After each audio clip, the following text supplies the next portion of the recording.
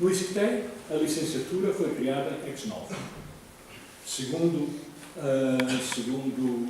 um modelo que foi passado para o papel e depois foi aplicado em função desse projeto. Um tom comum, imposto pelo Ministério, dos tempos em que o Magalhães Godinho tinha sido Ministro da Educação, e baseava-se na ideia de uma colaboração estreita com a sociologia. Ao nível dos últimos anos, seminários comuns, sociologia rural, sociologia urbana, sociologia da comunicação social, no contexto de um projeto programaticamente comum. Durante os anos 80, a antropologia era, no ISCTE, a área disciplinar do corpo docente mais qualificado. Não havia barões. Era, essencialmente, um grupo de docentes com interesses afins. Uma comunidade acéfala, em certo sentido. E a expansão foi muito rápida. Aos 6 docentes iniciais, juntaram-se mais 4 professores recrutados no estrangeiro, 2 portugueses e 2 estrangeiros, 2 assistentes e 6 licenciados que foram roubados à Faculdade de Ciências Sociais e Humanas da Nova, e mais outros 6 provenientes das primeiras formadas, que se licenciaram em 87 e 90, pelo próprio ISCTE. Entre o início e o fim da década, o número de docentes de antropologia do ISCTE passou de 3 a 23. Essencialmente, por contratações no estrangeiro, recrutamento na Universidade Nova e depois recrutamento interno. Numa situação como a portuguesa caracterizada por constrangimentos financeiros, a única maneira de assegurar investigação e continuidade era utilizando a carreira docente. As pessoas que entrassem faziam as suas provas de aptidão pedagógica e científica e depois faziam os seus doutoramentos. E em Portugal, ao contrário da maioria dos outros países, quem fizesse o doutoramento tinha já uma contratação definitiva assegurada.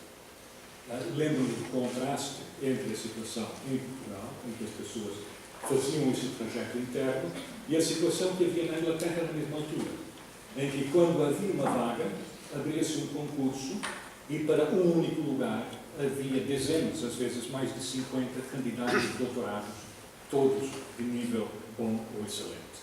Uma situação completamente diferente, em que a formação estava perfeitamente inserida no contexto da carreira docente. É esse, portanto, o contexto institucional, muito particular, no qual se desenvolveu a antropologia de Portugal nos últimos 50 anos. O corte representado pelo 25 de Abril foi acentuado pelo enviesamento do desenvolvimento da antropologia antes de 78. Mesmo tendo havido antropologia anteriormente, houve um corte e foi um processo que se pode qualificar de refundação no contexto da antropologia portuguesa. Com uma certa inspiração teórica da monografia de José Cotileiro, que foi fundacional, e com uma concentração muito acentuada naquilo que se chamou os terrenos de aqui, com o conhecimento da realidade nacional. Ajudado também pelo facto de não haver dinheiro para fazer pesquisa fora e de os terrenos africanos estarem numa situação delicada no período imediatamente após a descolonização. Como sugeri no início, esse desenvolvimento pode ser encarado também em termos de gerações. Temos várias gerações. As gerações pré-existentes. Temos a velha guarda do ISCTE. Temos os estrangeiros e portugueses estrangeirados que foram contratados nos anos a seguir ao 25 de Abril e que se tinham formado na imigração intelectual.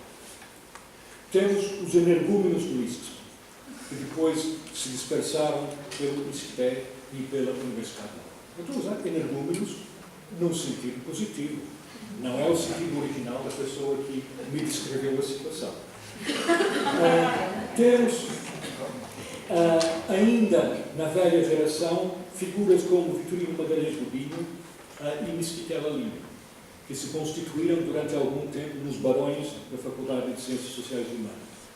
E temos os jovens turcos do ISCTE, contratados entre 78 e 86, alguns estrangeiros, alguns estrangeirados, com origens e orientações muito variadas. Costumou-se dizer que a antropologia do ISCSP era a antropologia cultural norte-americana, que a da Nova era a francesada, estruturalista, e aqui do ISCTE era britânica e funcionalista.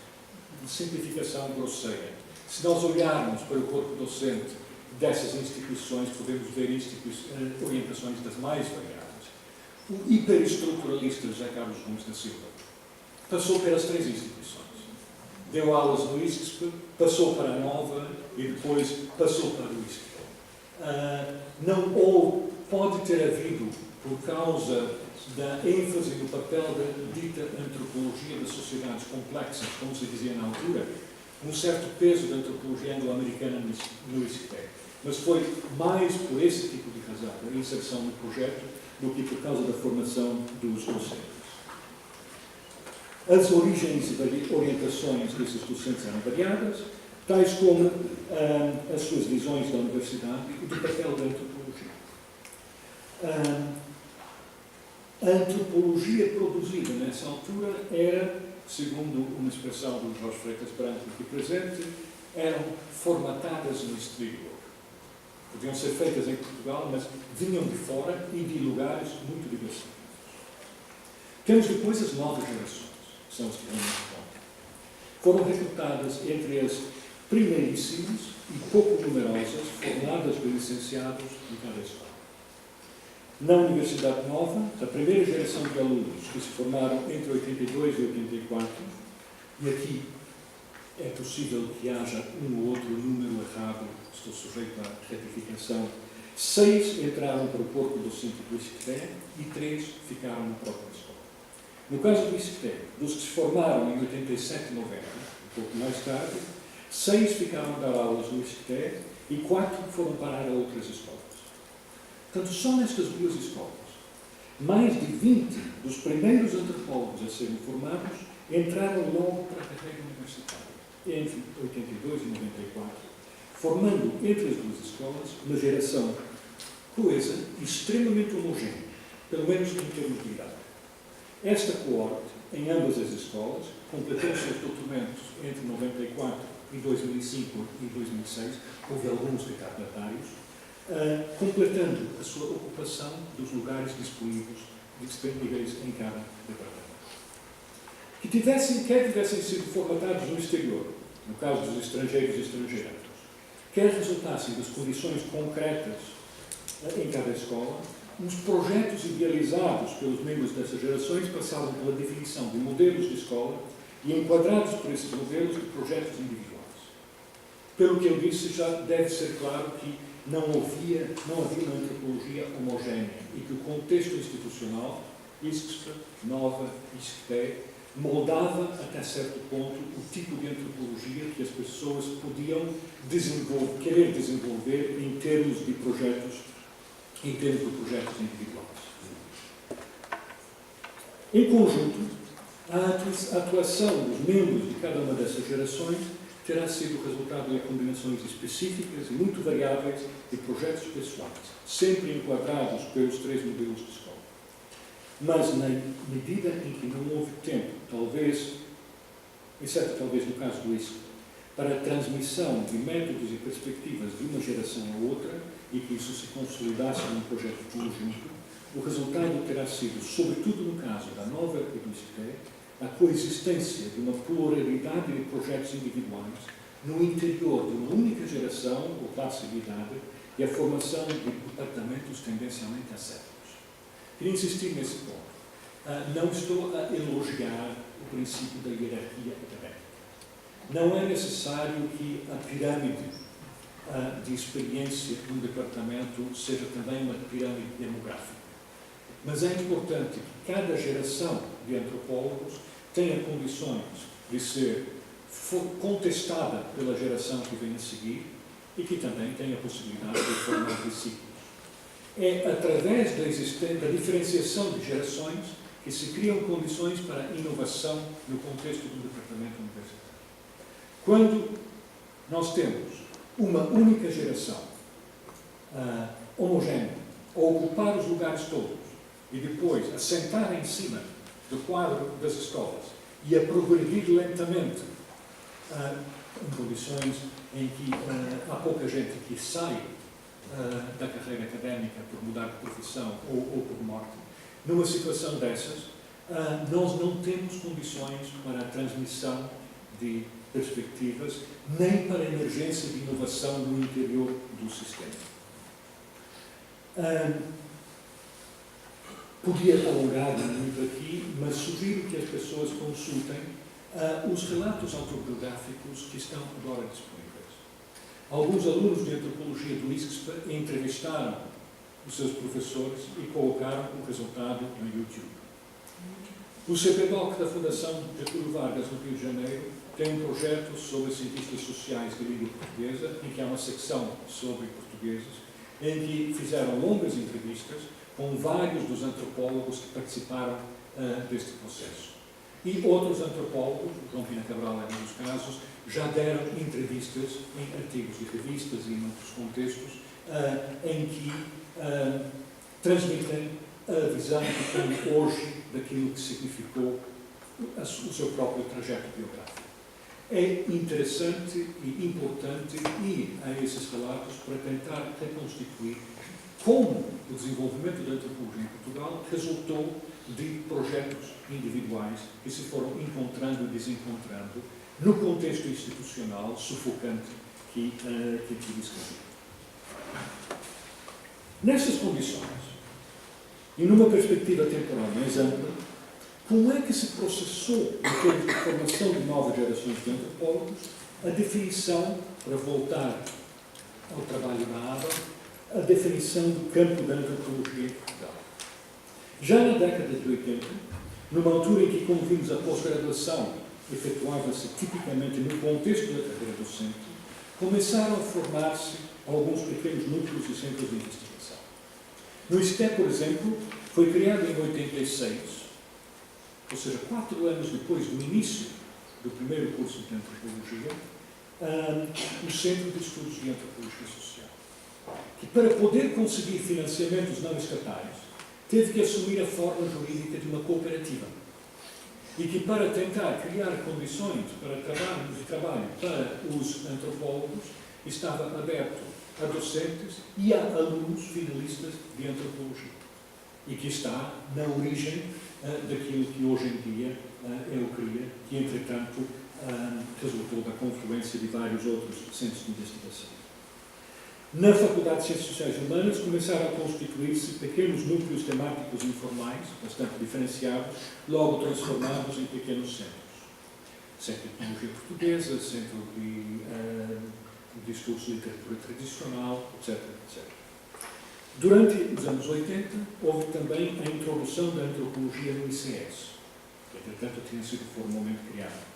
Tendo em vista, inicialmente, o projeto da Adérito Cedas Nunes foi o mesmo projeto no ISCTE, e quando ele saiu do ISCTE em 82 para o ICS, transportou esse projeto inicial.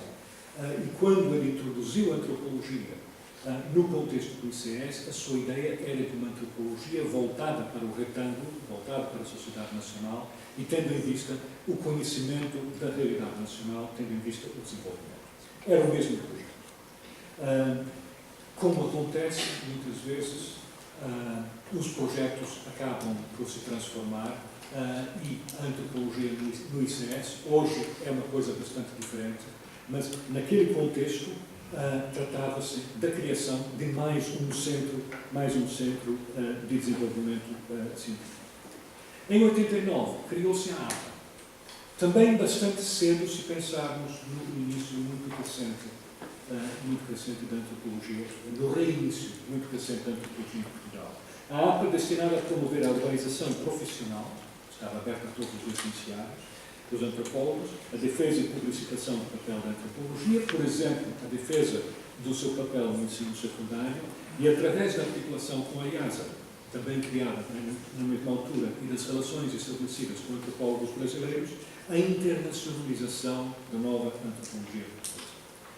Estas iniciativas permitiriam enquadrar a investigação que viria a ser financiada nas décadas seguintes pela SNIC e pela FCT, mas não para assegurar o lugar para a nova geração de antropólogos. facto, quando foram introduzidos os mestrados e quando, a partir da segunda metade da década de 90, houve um aumento muito significativo dos recursos disponíveis para bolsas de doutoramento e projetos de investigação, como vimos no resultado do inquérito que foram divulgados ontem, entre 99 e 2015, o número de doutorados em Portugal em antropologia quadruplicou. Os lugares já se encontravam quase todos preenchidos. E a política ministerial estava a tornar difícil a substituição dos poucos docentes que saíam. Saíam 2 e entravam 1. Por causa da pressão dos rácios profissionais, por causa dos critérios de rentabilidade dos cursos, em termos de empregabilidade, etc. Porque, de facto, com a ocupação de todos os lugares por uma única geração, uma única coorte demográfica e académica, o sistema encontrava-se bloqueado. Entre o universo fechado dos departamentos universitários, muito bem sucedido, e o universo em expansão dos doutorandos e centros de investigação, caracterizado pela precariedade, não havia comunicação. Podia haver comunicação pessoal, podia haver orientação, transmissão de conhecimentos, mas não havia uma comunicação institucional que se pudesse traduzir em projetos de vida e projetos intelectuais.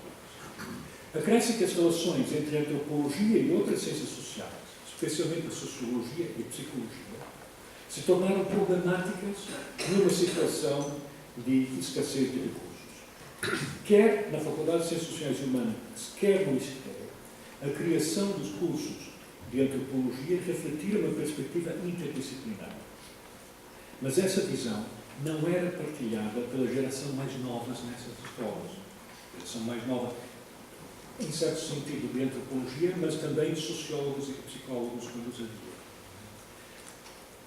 Houve uma reivindicação por parte dos sociólogos e psicólogos, uma reivindicação bem sucedida de afirmação de identidade profissional com espaço próprio e influência pública, que levou ao isolamento consentido e à subalternização da antropologia, tida em termos da sua imagem pública como irrelevante no contexto das sociedades industriais e ao seu fechamento dentro de uma universidade bloqueada, onde o envelhecimento da geração inicial e o bloqueamento das entradas impede a renovação e favorece ainda mais esse fechamento.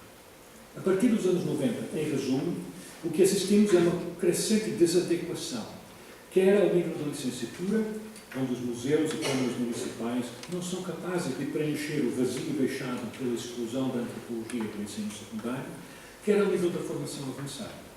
Uma desadequação entre a oferta de formação antropológica e a procura de antropólogos.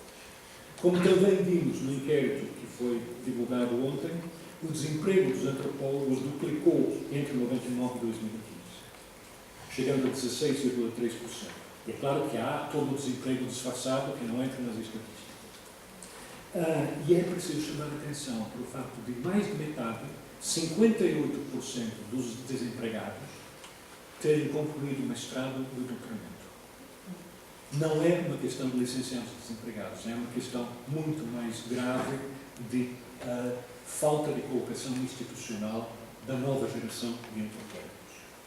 No sistema académico propriamente dito, a expansão do número de bolsas oferecida pela RNIP e depois pela FCT, que atingiu o seu máximo entre 2006 e 2010, refletiu-se na criação de uma proporção sempre maior de empregos precários nos centros de investigação e nas faculdades, através da prática, não sei se pode dizer condenável ou não, porque tem 2 aspectos, da prática de contratações temporárias em regime de 3%.